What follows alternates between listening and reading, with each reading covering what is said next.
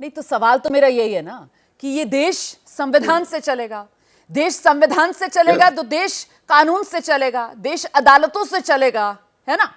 तो फिर ये 1 घंटे में इलाज आप कैसे कर देंगे? 1 घंटे में इलाज?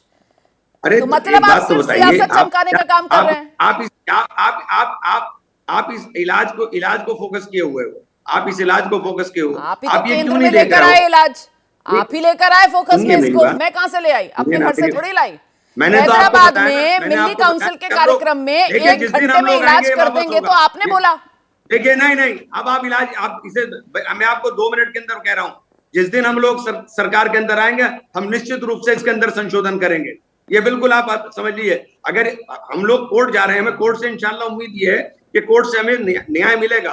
और जिस तरीके से ये ओवरलैपिंग की गई है संविधान के ऊपर, क्योंकि सुप्रीम कोर्ट संविधान का संरक्षक है, सुप्रीम कोर्ट कस्टोडियन है, तो सुप्रीम कोर्ट में हम जा रहे हैं। लेकिन हम लोग ये बात आपसे बिल्कुल साफ कहना चाहते हैं, जो लोकतंत्र के अंदर, जो पार्लियामेंट के अंदर जो ताकत है, जो पार्लियामेंट की ताकत है, हमने स्वीकार किया ना कि आपने हमें बुलडोज कर दिया, आपने हमारे सपनों के ऊपर, आपने हमारे अरमानों के ऊपर, आपने हमारे अधिकारों के ऊपर बुलडोजर चला दिया।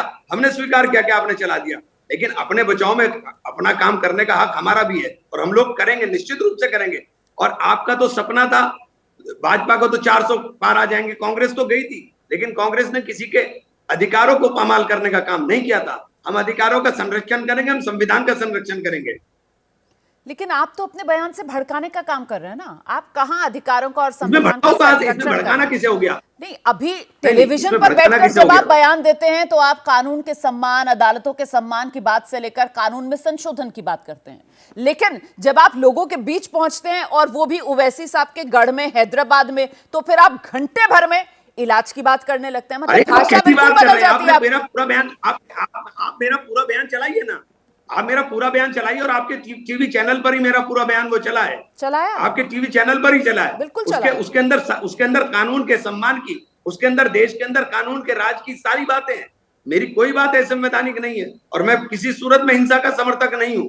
और मैंने बार बार कहा है कि कोई बेसरदारी फौज हमेशा पिटा करती है। आप लोग किसी के कॉल के ऊपर बाहर निकलने का काम मत करो, सड़क पर मत आने का काम करो, मैंने खोल करके कहा है। और मैं कानून की बात हमेशा करता हूं और हमेशा करूंगा।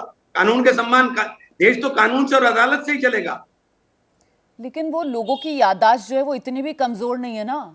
अब आप देखिए, आपने बयान दिया और उसके बाद सियासी प्रतिक्रियाएं, और आप कह रहे हैं कि आप कभी भी हिंसा की बात नहीं करते हैं। यहां तो बात 2014 में आपके दिए बयान तक पहुंच चुकी है। मतलब 2025 में आप जो बयान दे रहे हैं वो 2014 की यादें ताजा हो रही हैं। और तब वो किसका बयान था साहब? वोटी वोटी कर देंगे। कब वो कौन था जो नंबर्स की ताकत दिखा रहा था कि गुजरात में तो 4% है, यहाँ तो 40% से ज्यादा है। मौजूदा सांसद को, इस देश के अंदर मौजूदा सांसद को खुलेआम काटने की धमकियां दी जा रही हैं, खुलेआम मारने की, गोली मारने की बातें की जा रही हैं। आप चर्चा मेरी बात पे कर रहे हो, जो कह रहा है कि हिंसा के समर्थक नहीं। मैं संविधान की कसम खा करके हाथ में लेकर के संविधान की सुरक्षा, संविधान के संरक्षण की बात कर रहा हूं और आप हमारे ऊपर सवाल कर रहे हो। आप इस पे बहस क्यों नहीं करते कि कांसगंज के अंदर एक बच्ची के साथ किस तरह से बलात्कार हुआ? आप ये क्यों नहीं बहस करते कि वाराणसी के अंदर किस तरह से बलात्कार हुआ? आप हमारे ऊपर बहस कर रहे हो। जो मुद्दे बहस के हैं उसके ऊपर बहस करो ना। बुलाया है आपके बयान पर बात करने के लिए, आप थोड़ी आते हैं हमारे डिबेट। हमने बात कर ली, हमने आपकी पार्टी आप बार-बार एक ही बात को खींचे जाएंगे, तो प्रवक्ता है वो आते हैं। शाम में 5 बजे बहस का कार्यक्रम होता है, शाम में 7 बजे बहस का कार्यक्रम होता है, उसमें इन्हीं तमाम मुद्दों पर बात करते हैं। मैं तो ये कह रही हूँ, वो एक कहावत है ना इमरान भाई, बद अच्छा बदनाम बुरा, तो वो बदनामी जो है वो पीछा नहीं छोड़ रही है साहब आपका। वो बोटी बोटी काट देने वाला बयान, और फिर क्रोनोलॉजी जुड़ती है ना, वो बोटी बोटी वाला बयान, और अब 1 घंटे में इलाज कर देंगे, तो सवाल तो पूछा जाएगा। नहीं, कोई क्रोनोलॉजी नहीं। हम लोग संविधान को मानने वाले लोग हैं। हम लोग हर सूरत में कानून का सम्मान करने वाले लोग हैं। अदालत का जो भी फैसला होगा उसका सम्मान करने वाले लोग हैं। और दूसरी बात हम साफ साफ कहना चाहते हैं, देखिए, जो अधिकार हमारा है, अगर हम सरकार के अंदर आएंगे तो अधिकार है हमारा, उस अधिकार का पूरी तरीके से इस्तेमाल करेंगे। यही नहीं जानते अधिकार का इस्तेमाल करना, हम भी जानते हैं इस्तेमाल करना। हम लोगों के साथ हुए जुल्म को निश्चित रूप से खत्म करने का काम करेंगे, वो चाहे किसी के साथ भी हो। ये किसी एक जाति, एक धर्म की बात नहीं है, ये संविधान के अंदर, संविधान के ऊपर कुठाराघात की बात है। और संविधान की जो मूल भावना है, जिसने संविधान में कहा कि राइट टू इक्वालिटी, सबको बराबर का अधिकार, ये मुसलमान के साथ जाती है, मुसलमान के बराबरी के हक को छीना गया है और हम इसको बहाल करेंगे। बस इतनी सी लेकिन बात। इसी तरीके से संविधान जो है उसके साथ ये खिलवाड़ हो रहा है। सीए कानून को लेकर भी इसी तरीके के आप लोगों के बोल थे ना, और सीए कानून के समय आप लोग कहते थे नागरिकता छिन जाएगी, तो किसी की नागरिकता तो छिनी नहीं। नहीं तब भी देखिए, भ्रम फैलाने का काम किया जा रहा था, इसीलिए सत्ता पक्ष कर रहा है कि इस बार भी भ्रम फैला रहे हैं आप लोग। रोमाना जी जी। सीए कानून लागू होने के बाद 15 लाख लोगों ने नागरिकता छोड़ी है देश की। हाँ।